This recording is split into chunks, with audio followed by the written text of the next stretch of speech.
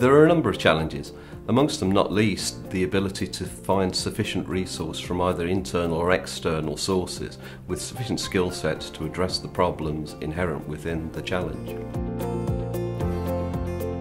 Another issue is the availability of appropriate data.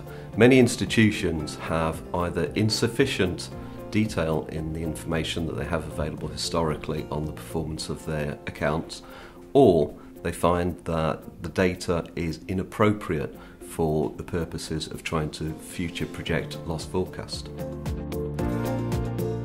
It may also, of course, be the case that even where sufficient data does exist, that because we've moved through a recessionary period, that the way in which accounts have performed over recent years is not truly indicative of the behaviour that we might expect going forwards.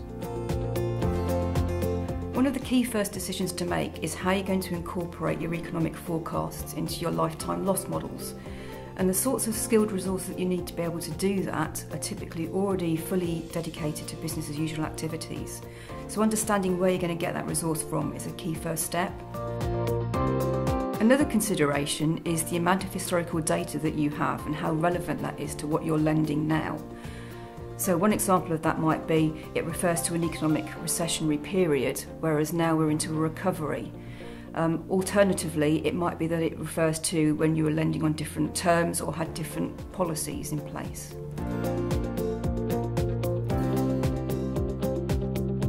One thing that was very clear during the recent recessionary period was that there were subsets of portfolios that were impacted by the external economic factors in ways that they hadn't been during previous economic recessionary periods. It's therefore essential moving forwards that a robust loss forecasting model has sufficient granularity in it in order to recognise the impact of these economic stresses upon those subsets of the portfolio.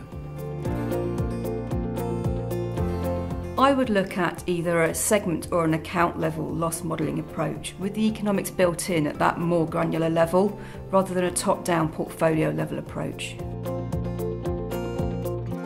Modelling at that more granular level improves the accuracy of your loss forecast and therefore your provision.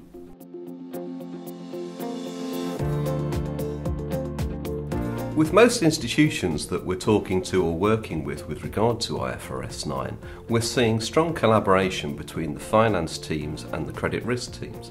This collaboration is yielding more robust loss forecasting models that offer benefits to both parties.